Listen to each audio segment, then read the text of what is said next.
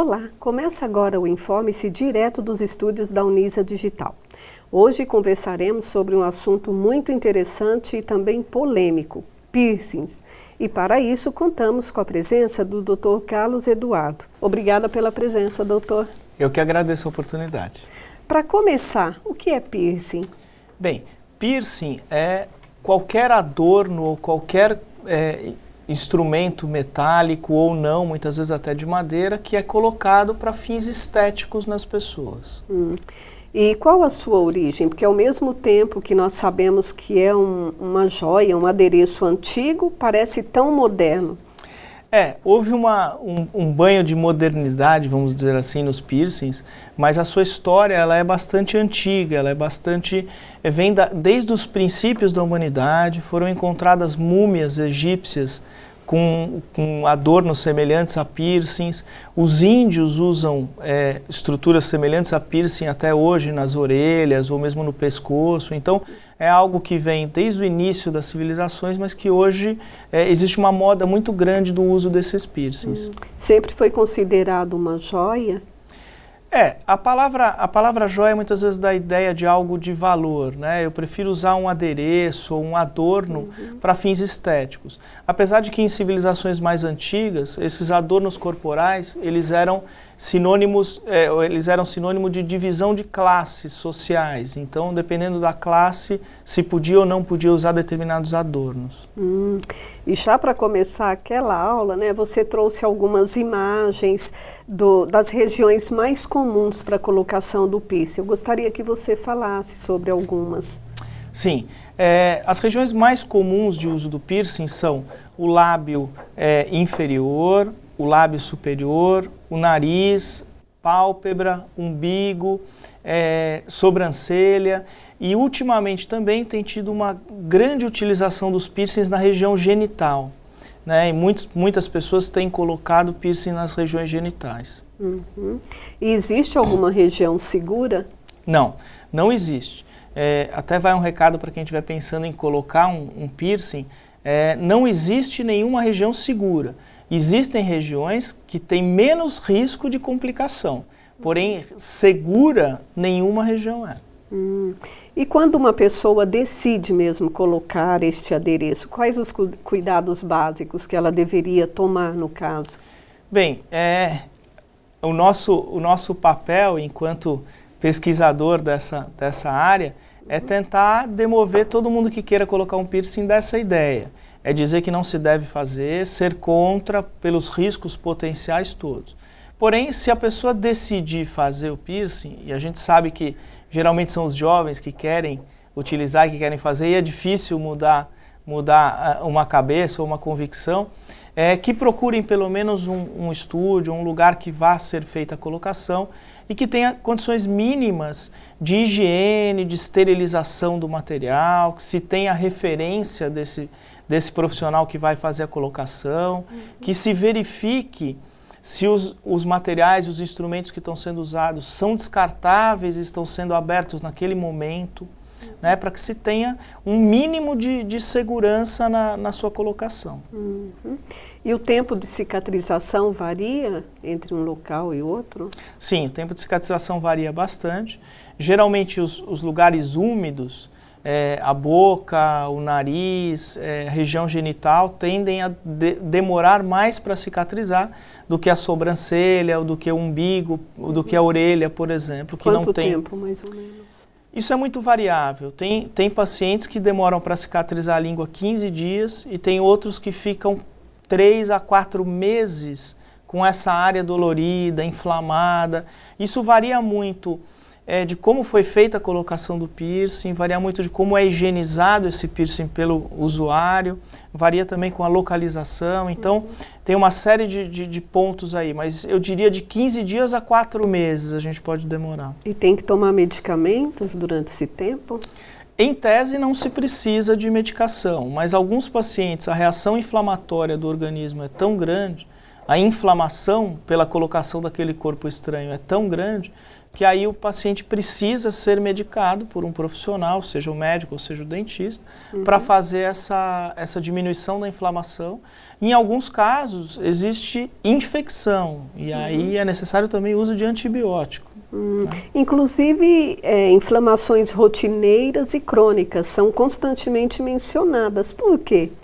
Sim, essas inflamações, elas ocorrem principalmente nos lugares úmidos que eu já mencionei anteriormente, né? Assim como a boca, por uma razão natural, nós estamos em contato com o alimento o tempo todo. E esse alimento acaba ficando preso, acaba grudando no piercing. E é difícil fazer uma higiene 100% adequada. Esse alimento vai servir de substrato para as bactérias da boca e essas bactérias vão produzir uma inflamação. Então, não dá para a gente dizer que essas inflamações acontecem de vez em quando. 100% do tempo existe algum grau de inflamação para aqueles piercings colocados na boca, né? Sempre nós temos algum quadro inflamatório. Alguns são de uma maneira que o paciente não sente, mas ele existe, e outros o paciente sente, ele tem dor, ele tem desconforto. E eu li alguma coisa a respeito também, que geralmente a língua fica inchada quando é na língua. É normal e atrapalha, dificulta a respiração. Procede? Procede.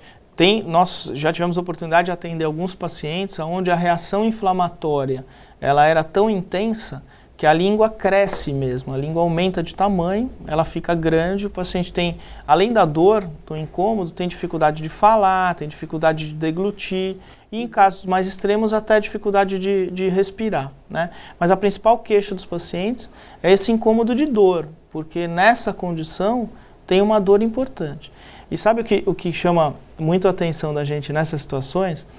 É que muitos dos pacientes que nos procuram com a língua inchada, com a língua aumentada, com dor, quando a gente diz, tem que tirar o piercing e tomar tal e tal medicação. Doutor, eu não vou tirar o piercing. Então, tão decididos a ficar com o uso daquele adorno, que não quer tirar mesmo com um quadro inflamatório, mesmo com dor. E suportam a dor para não tirar o piercing. Puxa. E no próximo bloco eu gostaria que você falasse sobre os casos mais graves que existem por aí. Tá. Eu estou conversando com o Dr. Carlos Eduardo sobre piercings. Nós vamos a um rápido intervalo e já voltamos. Não saia daí.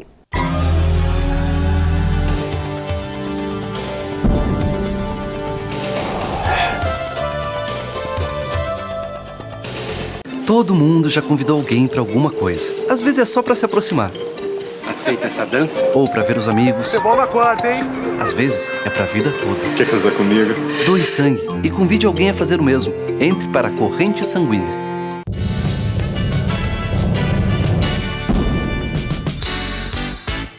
A Unisa realizou a primeira semana de Estética e Cosmética, trazendo uma série de palestras que orientam o aluno sobre as tendências mercadológicas. Essa semana vem discutir estética e bem-estar, vem mostrar, é a primeira semana do curso, é a primeira semana de aprofundamento dos estudos e vem com o objetivo de mostrar o que tem hoje no mercado.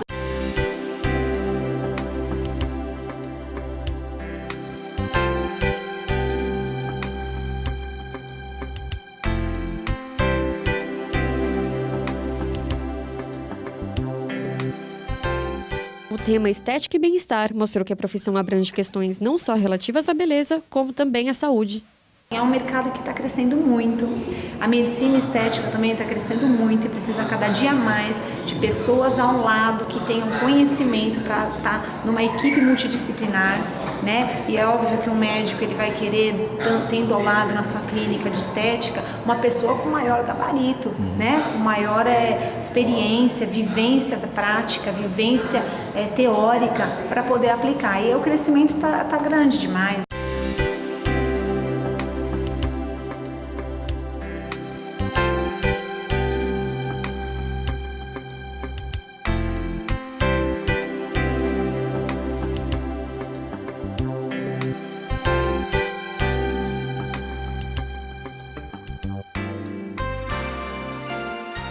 Conversamos com uma aluna para saber o que ela acha do curso e de iniciativas como a Semana de Estudos acrescentam para a sua vida profissional. É tudo o que eu esperava e mais um pouco. A gente aprende muito e até um diferencial.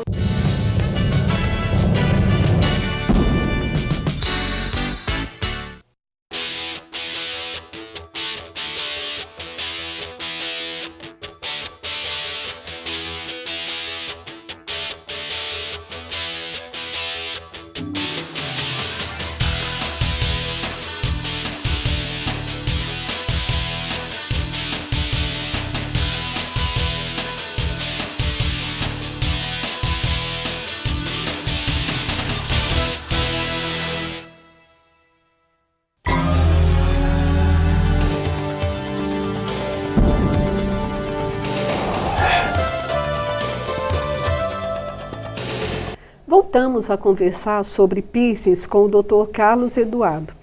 E doutor, eu deixei uma pergunta no ar. Quais os casos mais graves de quem usa piercings em várias regiões do corpo? Bem, nós temos vários casos descritos na literatura de complicações do piercing. Então, para a boca, que é a nossa área de atuação, nós temos aí fratura de dentes, obstrução de glândula salivar, infecção, inflamação, necrose mesmo das regiões onde a gente tem a colocação do piercing. Para a orelha existem diversos casos de necrose de cartilagem, o que é muito grave porque fica difícil de reconstruir essa orelha depois. Então tem inúmeras complicações que podem acontecer. Tem até uma em particular que eu gostaria de citar, que foi publicada há alguns anos, de um paciente que morreu de encefalite, de uma infecção inclusive do encéfalo, a imagem está mostrando exatamente que a imagem nos mostra. E esse paciente foi a óbito e durante a autópsia descobriu-se que as bactérias que estavam produzindo essa infecção tinham origem na boca e era um paciente que era usuário de piercing. Então isso comprovando que realmente a causa provavelmente foi essa. Outras possibilidades são endocardite bacteriana, que é uma infecção das válvulas do coração também. Isso sem falar de outras doenças infecto-contagiosas que podem ser adquiridas durante a colocação do piercing. Inclusive você desenvolveu uma pesquisa a esse respeito?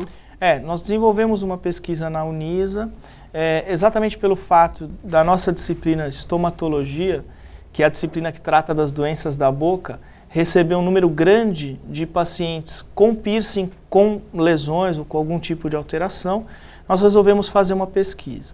Então foram selecionados 100 usuários de piercing especificamente na língua, e esses 100 pacientes, claro que com consentimento deles, foi removido um pequeno fragmento de tecido exatamente ao lado de onde estava o piercing. Uma biópsia. Uma biópsia, exatamente. E esse material foi examinado e o que nos surpreendeu, mas ao mesmo tempo confirmou as nossas expectativas, é que 100% dos pacientes, ou seja, 100 dos 100 casos, tinham algum tipo de alteração no tecido. Alguns não relatavam nenhum incômodo, nenhuma dor, nada que fosse visível ou sensível a eles, mas que estava lá algum tipo de processo inflamatório e tudo mais.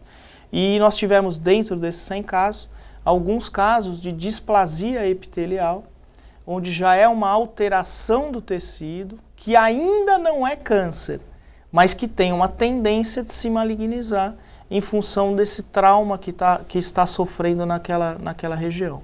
Então, o nosso intuito com a pesquisa é demonstrar que o piercing é um perigo silencioso, que ele está ali, virtualmente ele parece algo bonito, algo que as pessoas que o colocam para fins estéticos, mas que isso pode estar trazendo a curto e a longo prazo também várias alterações importantes. Qual o papel dos alargadores? Olha, esses alargadores, eles acabam sendo o que a gente chama de um segundo estágio, né? As pessoas colocam o piercing inicialmente como um adereço, aí chega uma hora que ele deixa de fazer aquele efeito de ser algo diferente, porque muita gente começa a ter piercing. E aí surgiram os alargadores, que são piercings cada vez maiores, para alargar cada vez mais, para ser diferente. E hoje a gente vê, além dos alargadores, modificações corporais mesmo, né? De pessoas que raspam os dentes, que desgastam os dentes para parecerem que são todos pontiagudos, por exemplo. Pessoas que implantam objetos embaixo da pele para parecer que tem algumas protuberância na pele. Então, as coisas vão evoluindo para ser cada vez mais diferente. Como se chega no extremo, por exemplo, dessa imagem que a gente está vendo, dessa pessoa que tem milhares de piercings no rosto. Quer dizer, passou completamente do limite, do razoável de qualquer coisa que tinha uma ideia, uma intenção de ser bonito no começo. Né? E uma imagem dessa que chega a ser grotesca, né? Essa pessoa passou por inúmeras inflamações? Ah, certamente. Ou foi dando tudo tão certo e ela não ouviu, não sentiu tanta dor? Não, certamente pela quantidade de piercings que tem, esse paciente, essa pessoa passou por inúmeros processos inflamatórios, com certeza teve algumas infecções, mas é que a vontade muitas vezes de fazer algo diferente ou de ser diferente, ela é maior e passa por cima de todas essas coisas, né?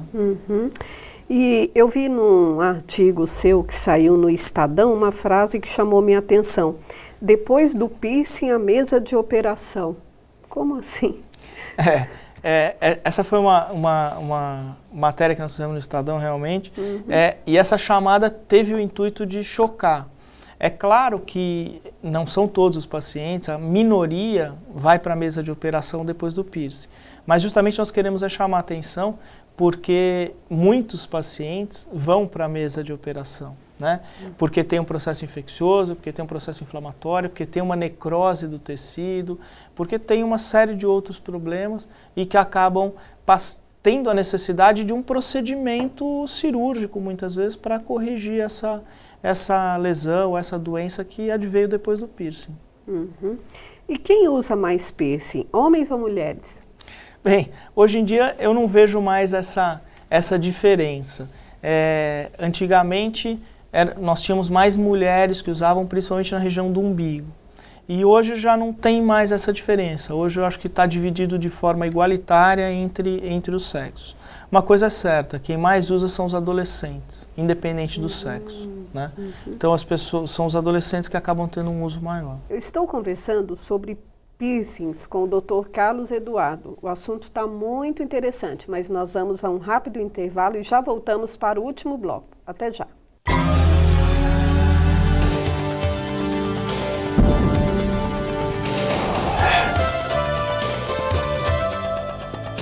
Saúde é bom saber. Como prevenir hepatite A? Lave as mãos após usar o banheiro antes de preparar os alimentos e comer.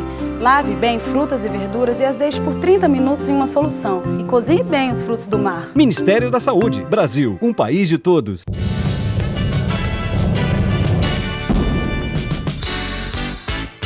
A Unisa realizou a primeira semana de Estética e Cosmética, trazendo uma série de palestras que orientam o aluno sobre as tendências mercadológicas. Essa semana vem discutir estética e bem-estar, vem mostrar, é a primeira semana do curso, é a primeira semana de aprofundamento dos estudos e vem com o objetivo de mostrar o que tem hoje no mercado.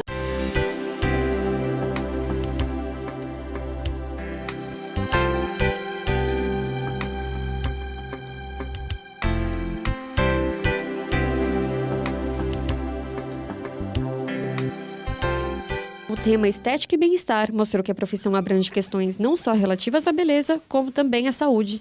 É um mercado que está crescendo muito, a medicina estética também está crescendo muito e precisa cada dia mais de pessoas ao lado que tenham conhecimento para estar numa equipe multidisciplinar, né? E é óbvio que um médico ele vai querer, tendo ao lado na sua clínica de estética, uma pessoa com maior gabarito, né? Com maior experiência, vivência da prática, vivência teórica para poder aplicar. E o crescimento está grande demais.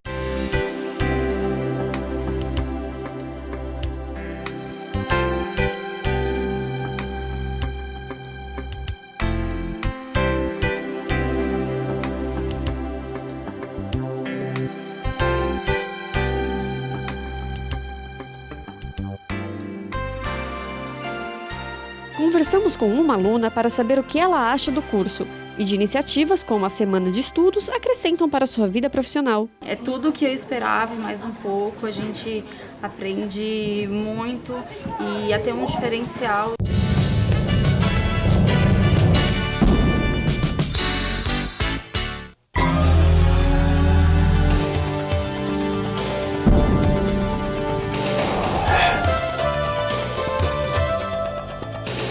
Voltamos para o último bloco do nosso programa sobre o tema piercings.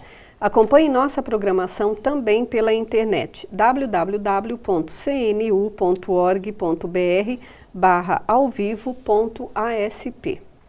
Dr. Carlos Eduardo, há alguma ligação entre tatuagem e piercings? Na verdade, geralmente as pessoas que gostam de adornos gostam tanto de tatuagem quanto piercing. Então é bastante comum quem tem piercing ter tatuagem e quem tem tatuagem também ter o piercing. Com relação a doenças, os cuidados devem ser os mesmos. Tanto para fazer uma tatuagem quanto um piercing é procurar um local que seja o mais limpo, o mais higiênico e com pessoas habilitadas para fazer. E na desistência de usar o piercing, como mesmo é retirado? Qual o processo?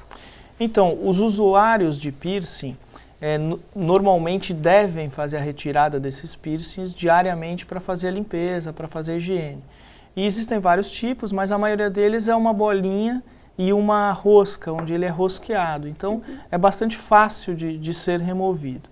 Quando se decide retirar definitivamente, muitas vezes esse orifício do piercing fecha sozinho e muitas outras vezes não fecha. E aí precisa procurar um profissional para fazer ali dar um pontinho, fazer uma sutura para poder fechar essa região. E aí depois disso o usuário continua fazendo tudo sozinho mesmo? Isso mesmo. Tá. E existe algum tipo de orientação na mídia ou em impressos em relação ao uso do piercing? Olha, de vez em quando tem saído na imprensa algumas matérias falando sobre isso, sobre os riscos, mas nada de forma muito contundente, né? Não existe uma campanha a esse respeito, são reportagens esporádicas que a gente vê. E a pessoa que usa piercings perde oportunidades de emprego?